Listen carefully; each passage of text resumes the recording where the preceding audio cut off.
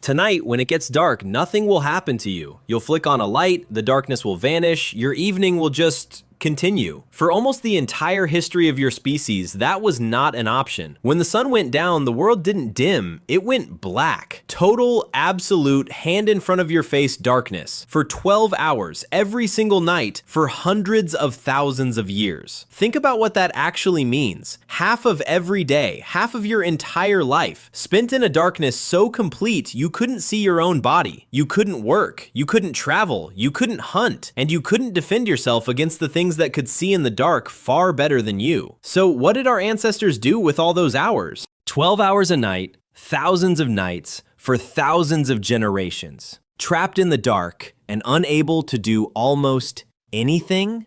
The answer turns out to be one of the most important questions in human evolution. Because what humans did in that darkness, and then what changed when a single technology cracked it open, may be the reason you can think, speak, and imagine at all. Let's be honest about how alien this is to you. You have basically never experienced real darkness. There's always something, a streetlight, a phone screen, a glowing appliance, the city sky itself, which never truly goes dark anymore. Genuine darkness, the kind our ancestors lived in half their lives, is something most modern humans have never encountered even once. And that darkness wasn't peaceful. For a creature like us, daytime animals built for bright light, with weak night vision and no claws, the dark was the most dangerous part of existence. It was when the predators came. It was when you were blind and they were not. So night wasn't a cozy time to relax. For most of our history, night was a threat you had to survive. And the story of how humans went from surviving the night to owning it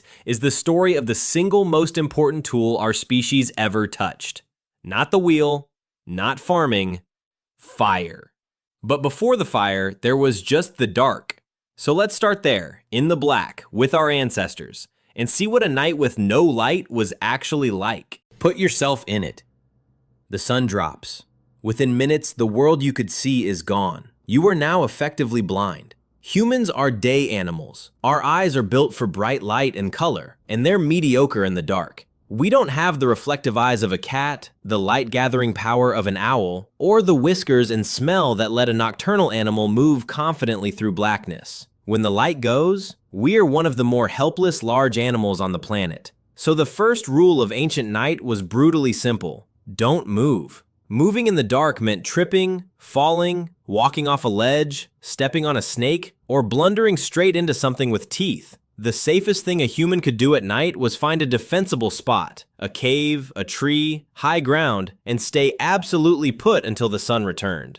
And you weren't just avoiding the landscape, you were avoiding the residents. Night is when a huge share of predators hunt, and most of them were far better at it than you. Big cats, hyenas, and other hunters could see, smell, and move in conditions where you were helpless. To a leopard, a human in the dark isn't a threat. It's a slow, blind, soft target. So imagine the actual experience. You're huddled in the dark with your group. You cannot see. You can only listen to the wind, to sounds you can't identify, to something moving out there that might be nothing, or might be the last thing you ever hear. Every rustle is a question with life or death stakes. This is the world our ancestors lived in for half of every single day. Not for a night, not for a bad week, for the entire span of human existence. Night after night, generation after generation, a recurring 12-hour siege of helplessness and fear. And here's the strangest consequence, one we're only now starting to understand. If the night was this dangerous and this useless, then evolution had a powerful reason to do something with those wasted, terrifying hours. Because a species that could somehow make the night safe and turn all that dead time into useful time would have an enormous advantage. That's exactly what happened, and it happened because of fire. We don't know the exact moment a human first controlled fire, but the archaeology tells a rough story. Our ancestors had sporadic control of fire more than 1 million years ago, and were using it regularly by around 400,000 years ago. And fire did something no tool had ever done before. It didn't just give light, it attacked the night's two greatest weapons at the same time. First, it pushed back the darkness. A fire creates a bubble of light, a small, flickering territory where humans could suddenly see. Inside that circle, you were no longer blind. You could could look at each other, at your tools, at your food, at the edge of the dark. Second, and just as important, it pushed back the predators. Almost every animal is instinctively afraid of fire. That circle of light wasn't just somewhere you could see, it was a wall the hunters wouldn't cross. For the first time in the history of our kind, humans had a way to be safe in the dark. The siege was broken. The most dangerous hours of existence became suddenly the safest place to be, gathered close, in the warm, in the light. And this created something that had never existed before. Free time. Safe, awake, protected hours at night with nothing that had to be done. You couldn't hunt in the firelight. You couldn't gather. You couldn't do the hard physical work of survival. The fire created a block of hours that were awake but useless for labor, a strange new kind of time. Think about how radical that was. For a wild animal, time is split between doing survival tasks and sleeping. There is no third category. Fire invented one. Hours that were awake, safe, and completely free. And a mind with nothing urgent to do, sitting in a warm circle of other minds, in the flickering light, starts to do something extraordinary. It starts to talk. Here's where it gets remarkable and where we actually have evidence, not just guesses. An anthropologist named Polly Wiesner spent decades with the Jew/Hawansi people of southern Africa, hunter-gatherers whose way of life is the closest window we have into how humans lived for most of our history. And she did something clever. She recorded what people talked about during the day and compared it to what they talked about at night around the fire. The difference was staggering, and it may explain how we became human. During the day, in the bright working hours, the talk was practical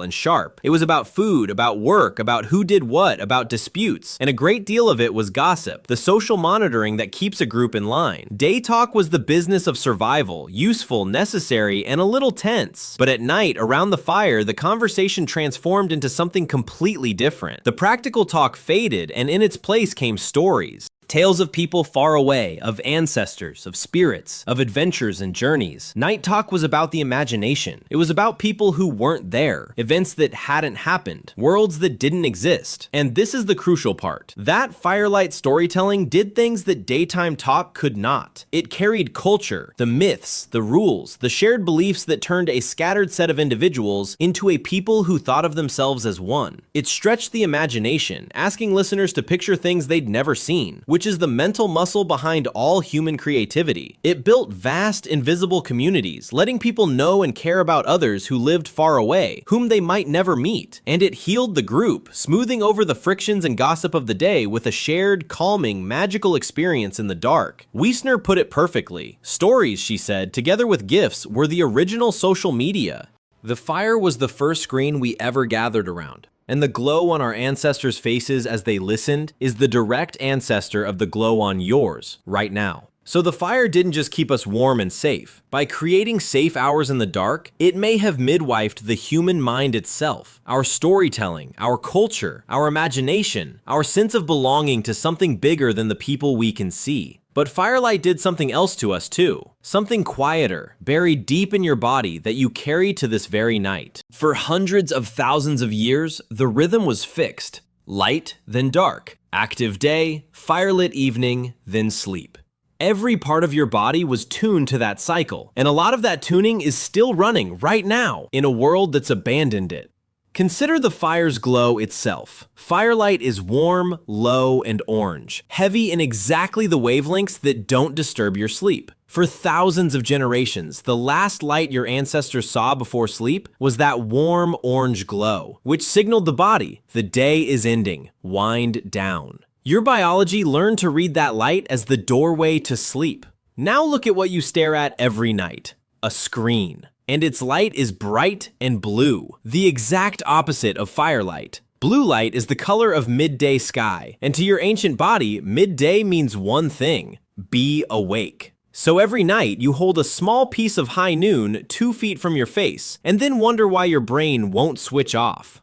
You're fighting a system that fire-tuned over 500,000 years, and you're losing. There's more. That deep human comfort you feel around a campfire, or even a fireplace or candles, the way a flame quiets your mind and draws you in, appears to be real and measurable. Studies have found that watching a fire can actually lower blood pressure and induce a calm, relaxed state. That's not random. That's the echo of 10,000 generations for whom the fire meant you are safe now. The danger is outside the circle. You can finally rest. And the storytelling instinct never left either. Think about what you do at night now. You don't hunt. You don't work if you can help it. You gather with family, with friends, or alone with a screen, and you consume stories. Films, shows, novels, the endless scroll of other people's lives. We are still doing exactly what our ancestors did in the firelight, filling the safe, dark hours with tales of people who aren't there. We just replaced the flames with pixels. You are, in the most literal sense, still living by firelight. You just can't see the fire anymore. But there's a cost to conquering the night,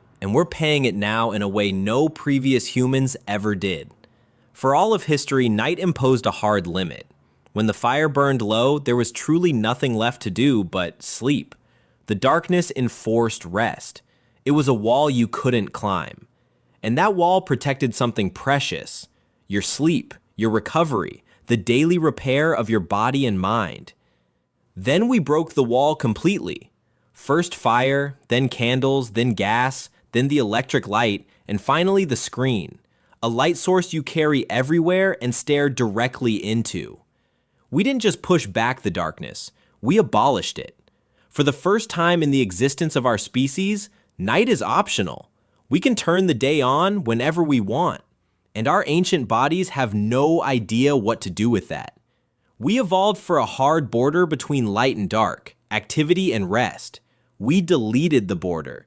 And so we get the uniquely modern afflictions our ancestors never had: chronic sleep deprivation, disrupted body clocks, the strange glowing insomnia of lying in bed bathed in the light of a device, unable to switch off. We spent hundreds of thousands of years desperately trying to defeat the dark. We finally won so completely that we lost the thing the dark used to give us for free: the simple, total, enforced rest that comes when the world switches off and there is nothing to do but close your eyes. Our ancestors feared the night and longed for the light. We drown in light and more find ourselves quietly longing for the dark. So, tonight, when you reach over and turn off the light, notice, just for a second, what you're doing.